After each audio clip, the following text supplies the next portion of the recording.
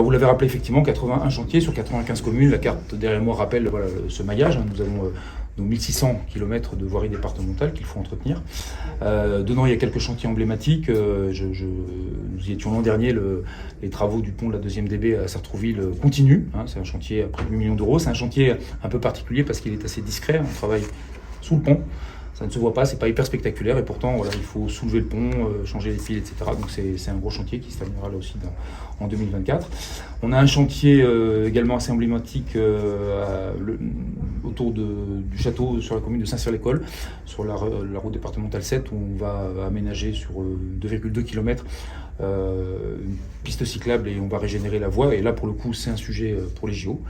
C'est une voie d'accès, on sera vraiment à l'arrière, juste derrière l'Étoile Royale, donc on est un peu attendu, le chrono tourne, voilà.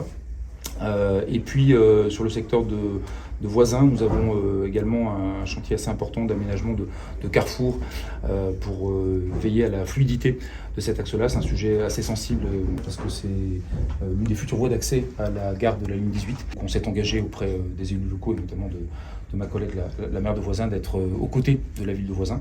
Et donc on y travaille dès cet été pour veiller à ce que la circulation soit le plus fluide possible. Là, on est sur des aménagements de circulation assez classiques.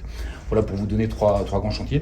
Mais derrière, ce sont près de 24 millions d'euros qui vont être engagés cette année, principalement sur l'entretien du réseau, c'est assez classique, et puis des opérations liées aux ouvrages d'art, des opérations liées à la sécurité routière et des opérations liées au mode doux, chacune pour 2 millions d'euros environ. Donc ça donne une idée de l'ampleur et de la répartition. Et je le redisais, on essaie de faire ces travaux d'entretien le plus proprement possible, même si ça reste de l'enrobé, etc.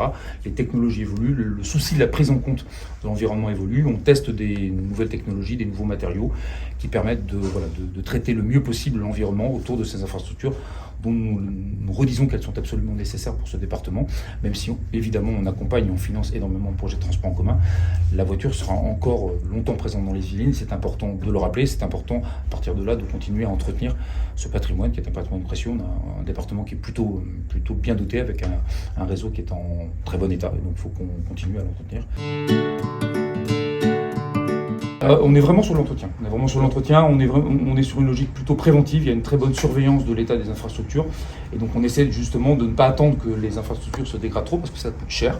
Donc on surveille, on monitore, comme disent les techniciens, les ouvrages d'art et les routes pour intervenir au bon moment. Voilà, il y a des modélisations qui permettent d'intervenir ni trop tôt ni trop tard, mais à un moment, les infrastructures routières, elles se dégradent assez brutalement. Donc il y a un effet de seuil, il ne faut pas atteindre ce seuil-là, donc on surveille et on essaie de... Voilà. Donc, après, quand il y a des phénomènes météo, mais on n'est pas dans des régions trop exposées pour l'instant. On répare évidemment, mais c'est plutôt une logique de prévention et de ciblage pour intervenir au bon moment et utiliser au mieux l'argent public qu'on consacre à ces infrastructures.